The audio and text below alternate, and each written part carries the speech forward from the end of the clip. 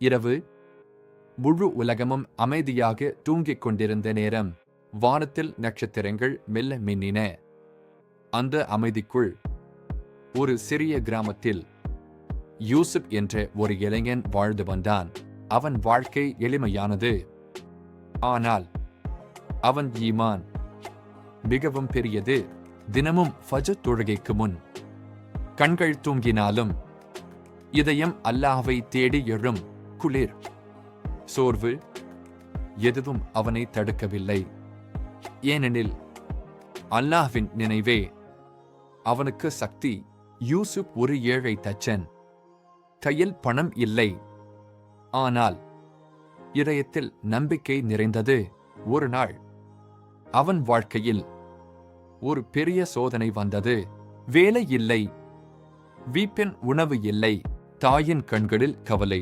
ஆனால் யூசுப் சிரித்துக் கொண்டே சொன்னான், அம்மா, அல்லாஹ் நம்மை ஒருபோதும் கைவிட மாட்டான். அந்த இரவு தொழுகையில் அவன் கண்ணீர் தரையில் விழுந்தது. வார்த்தைகள் இல்லை, அழுகை மட்டுமே துவாவானது. யா அல்லாஹ், உன்னைத் தவிர எனக்கு வேறு யாரும் இல்லை. அடுத்த நாள் மஸ்ஜிதில் ஒரு வயதானவர் உதவி கேட்டார். யூசுப் தயங்கவில்லை. தன் கையில் இருந்த கடைசி பணத்தையும் அவருக்கு கொடுத்தான். அந்த வயதானவர் சொன்ன ஒரு வார்த்தை, மகனே, அல்லாஹ் உன்னை உயர்த்துவான். அதே நாள் மாலை ஒரு அழைப்பு. எதிர்பாராத வேலை, எதிர்பாராத ரிஸ்க். யூசுப் அங்கேயே சுஜூதில் விழுந்தான். அந்த கண்ணீர் இப்போது நன்றி கண்ணீராக மாறியது. வீட்டில் பரகத் வந்தது.